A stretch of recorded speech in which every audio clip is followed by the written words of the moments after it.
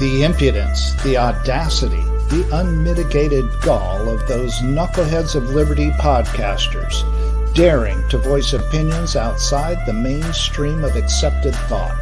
Listen if you dare. It's angry, it's funny, it's even sometimes sad, but it's always based on freedom and justice, as you will see. Here's our host, Jason McPhee. Welcome to the Knuckleheads of Liberty. We are coming at you on November 14th, 2022, just a little less than a week after our midterm 2022 elections. And boy, I tell you, it is every day seems like we're just slipping a little bit farther into that Biden abyss. And I tell you, the midterm elections really didn't give us a whole lot of hope. And worst thing is we never see any libertarians elected, at least to the national office, which is kind of a bummer. But we do have a break from all that stuff for you today. We actually have a special guest. We're going to talk to Zach Greenberg. He is the senior program officer of student organizations and campus rights advocacy for the Foundation for Individual Rights and Expression, otherwise known as FIRE. So anyways, but before we jump into that, let me introduce you to the panel. In our upper right-hand corner, we have Leon, the word Brathwaite, last word in Liberty. He is a retired engineer in the state of California. No Screaming Eagle with us today, but we do have our special guest in our upper left-hand corner, and that's Zach Greenberg, who just mentioned is from the FIRE organization. And essentially, you guys are pretty much it seems like you guys are a relatively new organization, at least maybe in the past 10 years or so, and you guys have really been sticking up for free speech on college campuses and maybe even expanding on that a little bit. Do you guys want to tell us a little bit about what your organization does and sort of how you guys got going? I'd be happy to, and thanks again for having me. Yeah, so I'm a First Amendment attorney for FIRE, the Foundation for Individual Rights and Expression, and we are a nonpartisan, nonprofit civil liberties organization that defends free speech and students' rights nationwide. We were founded in 1999, but very recently, we are now expanding off campus, defending free speech, First Amendment for all Americans. There's still a focus on college campuses nationwide, and we're still proudly nonpartisan, and we're here to defend your rights. Awesome. James, can you give us the visual on this too? Okay, great. So yeah, you see they have a website. And by the way, if you're searching for it, it's not called FIRE, it's called thefire.org. So just in case you might get a little bit confused when you're searching for it. But so anyways, it's a place where you can go and find out a little bit more about what they're doing. And actually on our next show, we're actually going to talk about a few of the cases they're involved in currently too. But as far as your organization goes, so I guess you guys just recently sort of started up. It seems like you guys are really necessary because organizations like the ACLU, we always expected them to always stand up for free speech, and they seem to be bailing on some of these free speech cases nowadays. And so I guess that seems to be leaving an opening for you guys. Is that maybe part of why you guys started up? Yeah, we started up around 2 decades ago because our founders saw these really pervasive issues in higher education, with students being censored and indoctrination and professors being unable to teach and speak out. And since that date, we've been trying to put ourselves out of business. And it seems like we're doing a pretty bad job with that because it's getting worse each and every day. The issue of free speech, especially in higher education, is becoming more prevalent in our society, and focusing on in college campuses as kind of the backbone of the American academic experience and kind of the future proving grounds for our leaders. That's been very rewarding so far. But it seems like the culture of free speech and just the tolerance for opposing ideas has been deteriorating, not only in college campuses, but across our nation. So we decided to expand and try to become essentially a PR firm for the First Amendment, educating our fellow Americans on what free speech is, why it's important, and why we should defend it. So roughly how many, opportunities do you guys have to interject yourself into some of these disputes at college campuses. It certainly seemed like a few years ago, especially while Trump was in office, there was just a ridiculous amount of times when conservative, speakers would come to campuses, and you'd see these massive crowds that would just sort of shout them away from the campuses. But I also noticed too that you guys do have cases where you guys are also finding that there is, I guess, a suppression of speech on the other side of the aisle as well. So. Yeah, that's correct. We see censorship all across the political spectrum. If you think of really any viewpoint that's expressed in the college campus, both sides of it, pro and against Trump, pro and against Biden, even these, disputes like the Israeli-Palestinian conflict. We have vegan groups and hunting groups going at it.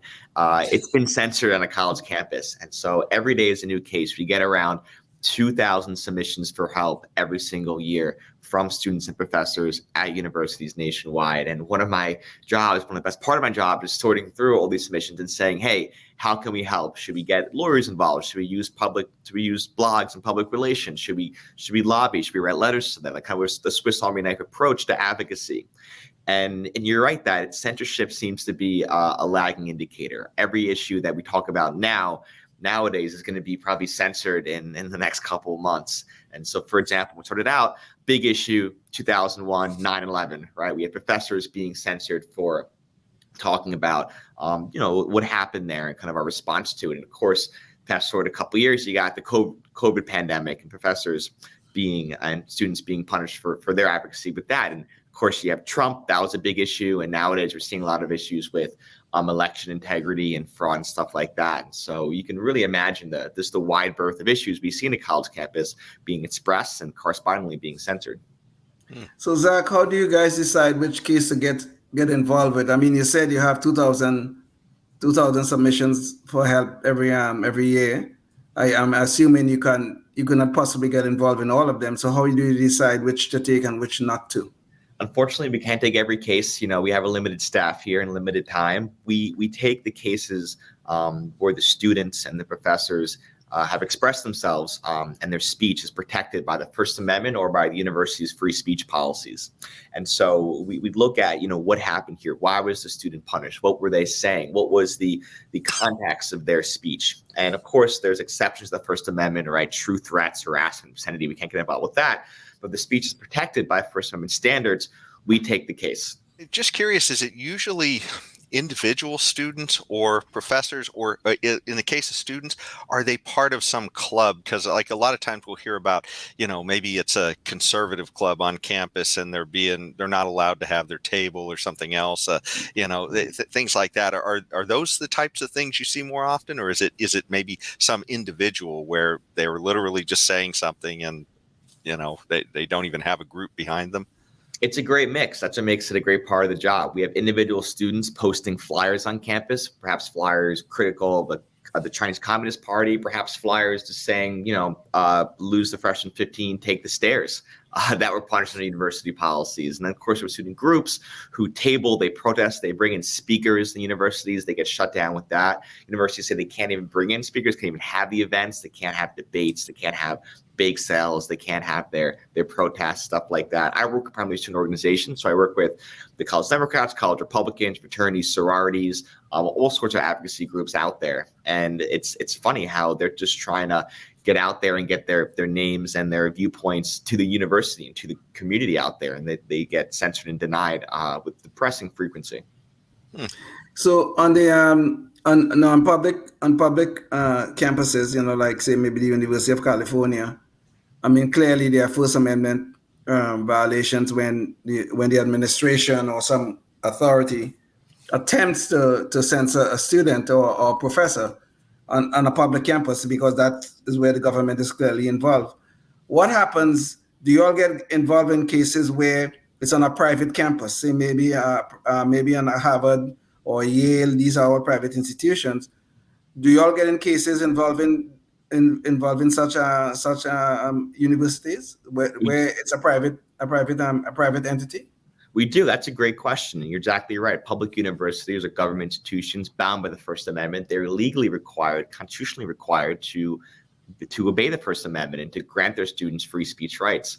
Private schools like my alma mater, Syracuse, upstate New York, they are not bound by the First Amendment. They are not required by the Constitution to give their students free speech. However, the vast majority of private universities like Syracuse promise students free speech, and their official policies and even their mission statement, they are founded upon this search for truth, the winning and sifting of ideas to create the best academic community. And so when these schools violate students' free speech rights, we'll advocate for the students and we'll say, look, this is a contract. You're making a promise to your students and you're breaking the contract. It's like if the students pay tuition and then they didn't get classes. If you're going to talk the talk, you have to walk the walk when it comes to free speech, even when it's difficult and unpopular to do so.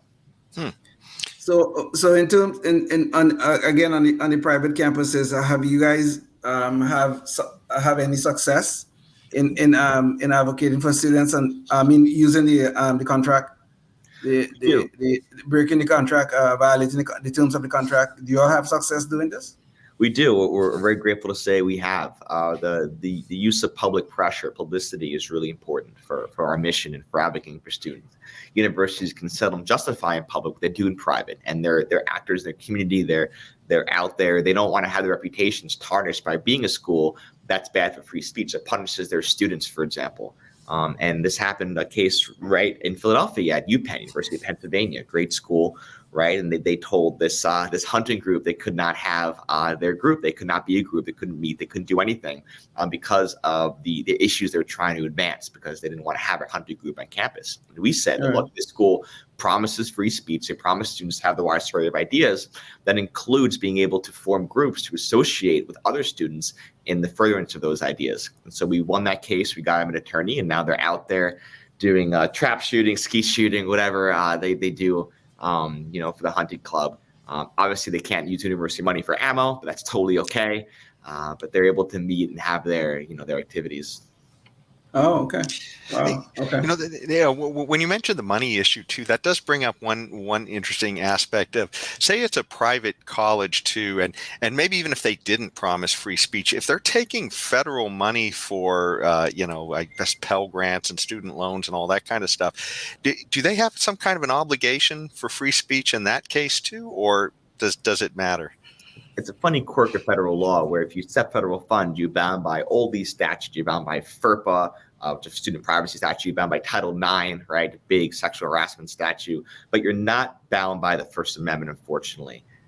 So there are many schools that do, in fact, take federal money and are bound by all these different laws, but they don't promise free speech. We can't help them. Mostly private religious schools. And we call these schools warning schools, because students should be forewarned by going there that they vacate their free speech rights. That if you go to, one of these Southern Baptist universities, for example, which are great schools, nothing against them, they're great education.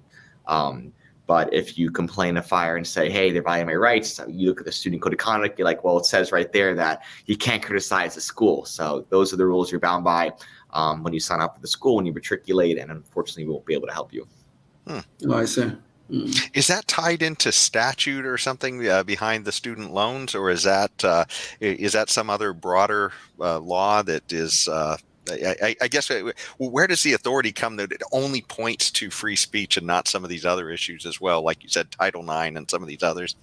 It's probably because these universities as institutions have their own First Amendment rights to fashion their own mission statements. So if a university wants to be a school that puts religious tenets above the First Amendment, above free speech, that's their prerogative. They can be a school that says we're going to have students go to church and believe in God and not commit blasphemy and not use the Lord's name in vain, above the value of criticizing religion, which is, of course, protected by the freedom of speech. So they can do that as long as they make their policies clear. Students are warned, they know what they're getting into with this school. We take issue with schools that have both, the hate, the anti-religious protections and also free speech. You got to make up your mind, right? You're going to be a school that either values this kind of free speech or that doesn't. And students, it should be clear to students what that actually entails. But the First Amendment is an individual right. Okay, we're getting back to Jason's question. The First Amendment is an individual right. Now you are saying that the institution, as an institution, has a free speech right also. Am I understanding that correctly? That's correct. Under First Amendment law, these corporations, nonprofit corporations such as FIRE, such as the Knuckleheads, Liberty, you guys going over here, have the right to have their own advocacy and have their own viewpoint. Individuals are just groups of people. And so under the Citizens United decision, the corporations have been well established to have First Amendment rights, and that they can, for universities, they can choose who they matriculate, who gets taught, who teaches, and what they learn. So it's really a matter of perhaps conflicting rights here. And so that's when it gets tricky and interesting. And usually with university, we just advocate that the policies are clear, so it's only getting into, and that way FIRE also knows, what this university is and what they believe. I see. Okay. We're just curious. Well, what are some of the successes that FIRE has had? Because I've seen you guys interviewed occasionally. I know you guys have some prominent people that are associated with your organization, like I think Jonathan Haidt and some of those others. I think are so. Yeah. So I'm just curious. What are some of the big successes that you guys have had? Sure, we have success in the individual level. Getting students who have been suspended or expelled from universities for protesting back at school, or at least get settlements and get vindicated their rights. Hayden Barnes was essentially expelled for protesting the university, Valdosta State, I believe, and getting him a settlement and advocating for him, finding him an attorney, and getting that justice for him was really important to us. And of course, we have students across the nation who have similarly been punished for their expression online, for their texts and group me's, and for even just raising their hand in class and putting their answers on tests. And we advocate for their rights to get their academic records cleared and continue their education. Also, in the larger level, we have a policy reform team that works with universities to revise their speech codes. They become better places for free speech, and curing these schools of their censorship and allowing students to have better policies protecting them affects tens of thousands of students out there, hundreds of thousands of students. Allowing the schools to become a place of free speech is really important to us. And then, of course, we have lobbying efforts, passing laws that outlaw free speech zones, tiny out-of-the-way areas where students can protest, allowing those to be more expansive on campus. And, of course, litigation victories, stopping unconstitutional statutes and allowing these universities to just become better places for free speech. I just find it so amazing that an organization like yours is even needed in the United States of America, where the First Amendment have been there since our inception, and well, the Second Amendment also, which is a big deal these days. But why? But just at a philosophical level, why is there a trend in the country that is leading us down this dark path of where we need organizations like yours to be defending the First Amendment? It's funny you mentioned that. Like, a lot of the letters I write to schools, it could just be one sentence, right? Obey the law. Just like follow the First Amendment, and that's it. But of course, they're, pages and pages and pages of legal analysis and precedent and footnotes, and it's the whole thing, right? Because you got to really make sure they understand what the law is here. Sometimes they don't understand what law they're breaking, what the First Amendment is, which I get. It's esoteric, it's weird. And so we try to just, educate administrators even about this. But to answer the second part of your question, our CEO and president, Greg Luciano, Jonathan Haidt, psychologist, author of The Calling of the American Mind, New York Times bestseller. And it talks a lot about the culture of free speech. Like, what is free speech? Why do we defend it? And it's really depressing, because if the culture of free speech is deteriorating, then the law has no chance, right? Law is technically generally downstream from culture. Many countries out there promise free speech, but of course that means nothing if they're not going to back it up. And we try to instill these values in college students and professors and attorneys, anyone who really wants to listen to us, about just listening to opposing viewpoints, not demonizing those who think differently than you do, seeking out those who are smart, who have different viewpoints, and learning from them, and not trying to get people fired or punished or ostracized merely for a difference in opinion. Yeah. What's kind of interesting too, what kind of Leon, I think, was getting at with his question is, it's odd that aside from you guys having to be necessary, it's that it's necessary on college campuses. I mean, that should be the place where people are most open to being challenged. Right. Exactly. Yes. So, yeah, I suppose, I've listened to a few of Jonathan Haidt's talks, and I know he talked about how some of these have become echo chambers over over time, and maybe that's what's led to some of this intolerance of outside views. But it is funny though, because his discussion had to do with the social sciences sort of becoming left-wing echo chambers. However, you guys are finding issues of challenging free speech on both sides of the aisle, so it's not just in that direction. So. Right. The whole echo chamber and just indoctrination and just a lack of curiosity for opposing viewpoints is really disheartening on a college campus, where you should have your deepest beliefs challenged. Liberal arts degree is about learning a diversity of perspectives and kind of bettering yourself through exposure to different ideas. And the process can be painful and uncomfortable, figuring out that perhaps the views you thought your whole life were wrong is definitely perhaps not a comfortable process, but it's necessary to become wiser, to become a better human being, and to understand the world around you. That's kind of why we advocate for free speech. I know that you guys are non-political, and I'm not trying to put you in a box here, Zach, in any way, shape, or form. But are you all finding any trends in terms of where the violations mostly are coming from? Is it mostly from the right, from the left, from whatever? Is there some pattern that you guys are noticing? It's funny because a lot of the individual cases we see in universities may be, administrators punishing students for conservative speech or for supporting Trump, for example. But in our internal analysis of cases, our metrics, we found that most attempts are actually non-political. It's like students trying to form like a student group about an issue, and they're being shut down because they can't have groups on campus, or it's because they're trying to save their university union from being taken over and they get punished for that. Or even the freshman 15 flyer, how do you characterize that? A student puts up a flyer saying lose, considers the freshman 15, they get punished for that. These are apolitical, kind of just like expansive, vague rules being used to punish students. Is this because universities maybe are being overly sensitive to being sued, or is it because maybe that they're worried about students being triggered by just about anything nowadays? Yeah, it's probably a combination of factors. The massive expansion of administrative bureaucracy at universities, right? A lot of administrators are out there whose job it is to police speech. We got bias response teams whose sole goal is to figure out are students offended, how they offended, and how we can punish people for their offensive speech, which of course is protected by the First Amendment and free speech. Then you have students themselves who, until very recently, were a very pro-free speech body of the university, but somewhat recently, they've really gotten to be calling and demanding more censorship, that their colleagues and their fellow classmates would be punished for their speech. And that's really disheartening to see. It kind of shows more about the culture of free speech, and we need to do a better job of educating people why it's important. One of the things I like to ask too, if we have the time in interviews, is what are some of the challenges that are facing your organization? Because there's always, for maybe if anybody's thinking about trying to start up an organization or anything else, what are some of the pitfalls, or are there, I guess, bureaucratic challenges that you guys have to running your organization or anything like that? Sure, there's internal and external challenges. Some of the internal challenges are that we have people on this staff that have to defend speech that we disagree with.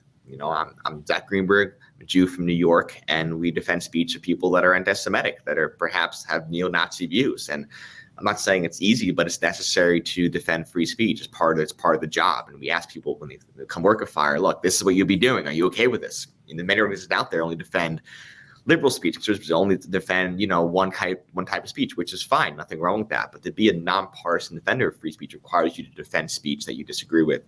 And externally, we get a kind of a bad rap when it comes to who we defend and why we defend them. If we defend a communist, they go FIRE is a bunch of communists. Or we defend they go FIRE is a bunch of Trump supporters. And if you look at our staff, we have a very politically diverse staff of, I have my boss is a Green Party person. His boss is a Trump carrying Republican, and her boss is another, like left wing anti-war advocates. So it's really a staff of a lot of different political viewpoints, and it helps us when it comes to these speech issues because we can advocate for all sorts of viewpoints.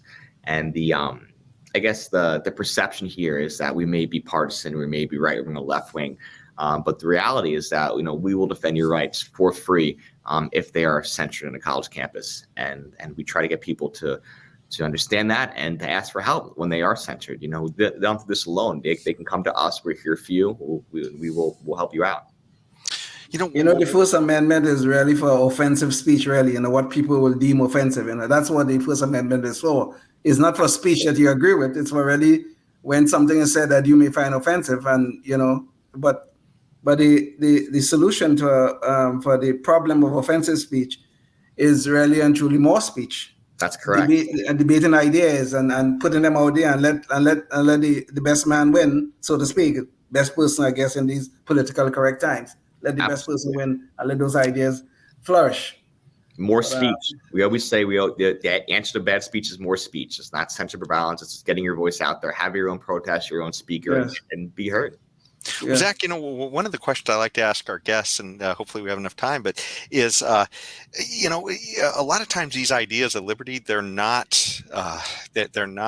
the norm, I guess. A lot of times it's something that you're not taught in, essentially we have a government monopoly on the public schools. So you don't tend to hear these ideas about, market solutions and individual liberty as much as you might, maybe if we did have a more liberty-oriented education. And I was wondering, what was it that sort of rang your liberty bell on this stuff? What sort of woke you up to some of these ideas of liberty?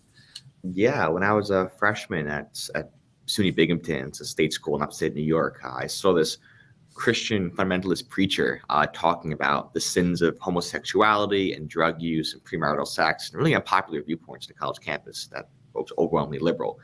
And they were calls to expel this person from the grounds, the student newspaper, the student government, the university administration. And I realized that, that could be me. That could be anybody out there. Friends, family, loved ones talking about anything remotely controversial. And by defending his rights, you're also defending the rights of everybody out there. It defends everyone equally, because everyone has an equal right to free speech. And if we censor him, we kick him off campus, it really affects all of us. And that kind of got me thinking about free speech, constitutional law, what's the First Amendment, going to law school, kind of doing this for a living. And I still believe in it very strongly that like you said, the answer to the speech you don't like is more speech. To have your own counter protest, have your own movement. There's no reason why we have to limit ourselves. It's best part about America is we live in a pluralistic society and we have the right to protest and have a multitude of tongues to speak with. Well, that's awesome. It's always great to hear what inspired somebody toward liberty. And by the way, we're just about to the end of the show. Were there any last messages you'd like to leave people with, or places where people can go if they want to contact you guys to either connect with you guys to get you guys to their campus or otherwise engage you? Sure. They're looking for help. Yeah, looking for help. You can always come to thefire.org. We have everything right there. All of our breaking news, bottom of the page, we have the submitted case. So if you need any help, you can confidentially ask us for assistance and we'll get back to you within a day, one business day, we promise that. And of course, if you'd like to have a speaker or just want more about FIRE, you can always submit an email to us, thefire.org. We're all right there, right in the bottom. You have fire@thefire.org right there. Give us a call and we're here for you. This is the best job I've ever had. Love working at FIRE. We get free bagels every Thursday, which is a New York Jew. Really much appreciate that. And it's grateful to work here and I'm grateful to come on your show. Awesome. Well, it was so great having you. It looks like we just lost you. Must have clicked out. But, don't worry. We're going to have him back on the next show. And thanks so much, Zach, for being here with us. And thanks so much for joining us, our audience. And we'll see you at the next one. Till then, stay free. Thanks for having me. Indeed. Life, liberty, and the pursuit of happiness, always.